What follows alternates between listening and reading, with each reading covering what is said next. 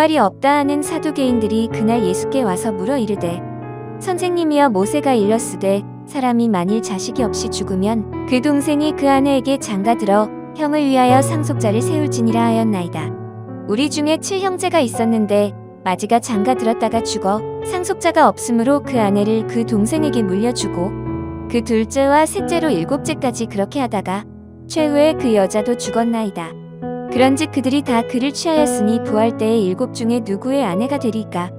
예수께서 대답하여 이르시되 너희가 성경도 하나님의 능력도 알지 못하는 고로 오해하였도다. 부활 때에는 장가도 아니 가고 시집도 아니 가고 하늘에 있는 천사들과 같으니라. 죽은 자의 부활을 논할진대 하나님이 너희에게 말씀하신 바 나는 아브라함의 하나님이요 이삭의 하나님이요 야곱의 하나님이로라 하신 것을 읽어보지 못하였느냐? 하나님은 죽은 자의 하나님이 아니요 살아있는 자의 하나님이시니라 하시니 무리가 듣고 그의 가르치심에 놀라더라. 3월 12일 금요 새벽 큐티 시간입니다. 이 시간에는 부활과 결혼에 대해서 잠깐 살펴보겠습니다. 부활은 기독교에 있어서 핵심 진리입니다. 세상의 어떤 종교도 몸의 부활을 가르치지 않는데 우리 기독교는 몸의 부활을 가르칩니다. 영혼만큼 중요한 것이 몸입니다. 성경은 믿는 우리들을 하나님의 성전이라고 했는데 이 말은 영혼만 말하는 것이 아니라 육도 말한 것입니다. 영혼만 사는 것은 완전한 삶이 아니고 완전한 구원도 아닙니다. 우리가 죽으면 육신이 흙으로 돌아가 썩지만 예수님께서 다시 오실 때 이 몸이 썩지 않고 영원히 죽지 않는 영화로운 신령한 몸을 덧입게 됩니다. 육이 다시 부활한다는 이 부활의 신앙이 기독교의 핵심 교리 중 하나인 것입니다. 예수님 당시에 사두개인들이 있었는데 그들은 부활과 영원 불멸 내세를 믿지 않았습니다. 사두개인들은 다윗 시대 사독 제사장의 후예들로 사내들인 공회의 다수를 차지할 정도로 종교 지도자들이었습니다.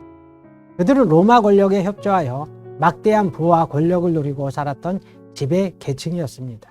그런데 갑자기 메시아이신 예수님이 등장하여 백성들의 인기를 한몸에 받게 되자 소요가 일어날 것을 두려워했습니다. 그렇게 되면 로마가 개입하여 자신들의 부와 권력을 잃어버릴 것이기 때문입니다. 그래서 예수님을 찾아와 부활에 대한 문제로 공경에 빠뜨리고자 했습니다. 신명기 25장에 보면 형제가 후사가 없이 죽으면 남은 형제가 죽은 형제의 아내와 결혼해서 가문을 잇게 해주는 대대 결혼법에 관한 내용이 있습니다. 그런데 사두개인들은 부활이 없다는 자기들의 교리를 합리화하기 위해 극단적인 상황을 설정했습니다. 어느 집에 7형제가 있어서 첫째가 장가갔지만 자식이 없어지고 둘째가 후사를 낳기 위해 형수와 결혼했습니다. 그런데 그 동생도 자식 없이 죽었고 7째까지 그렇게 되었다면 그 여인은 부활 후에 누구의 아내가 되겠느냐고 물었습니다. 그때 예수님께서 29절 30절에서 이렇게 말씀하십니다. 너희가 성경도 하나님의 능력도 알지 못하는 거로 오해하였도다. 부활 때에는 장가도 아니가고 시집도 아니가고 하늘에 있는 천사들과 같으니라. 예수님께서는 부활 때에는 장가도 시집도 안 가고 천사들과 같다고 하셨습니다. 사두개인들은 부활 후의 삶이 이 땅의 삶의 연장선으로 이해해서 천국에서도 여전히 장가가고 시집 간다고 생각했던 것입니다. 그러나 예수님께서는 부활 후의 삶은 차원이 다르다고 말씀하셨습니다. 부활은 해당장 야이로의 딸이나 나사로나 다비다와 같이 잠시 죽었다가 다시 살아난 상태가 아닙니다. 나사로가 살아난 것을 우리는 부활이라고 하지 않습니다. 부활은 새로운 존재 형태로 더 이상 죽지 않는 몸을 의미합니다. 부활은 우리의 이성으로 이해하고 경험할 수 없는 신비로운 것입니다. 그런데 결혼은 이 세상에 속한 제도입니다. 결혼 제도란 인류를 보존하고 번성하기 위해 하나님께서 제정하신 아름다운 제도입니다. 그러나 천국에서는 더 이상 보존하거나 번성할 필요가 없습니다. 왜냐하면 그곳에는 죽음이 없기 때문입니다. 물론 거기서 우리는 이 땅에서의 아내나 남편 등 가족들을 다시 만나게 됩니다. 그러나 천국에서는 다 주 안에서 한 가족이기에 더 이상 누구의 남편이나 아내가 아닙니다. 부활의 몸을 입은 사람들은 이 세상의 관계야 다른 관계 속에서 가장 복되고 이상적인 만남을 가지게 될 것입니다.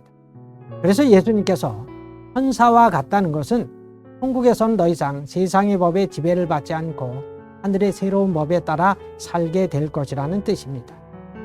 부활은 인간의 이성을 초월하는 신비한 사건입니다.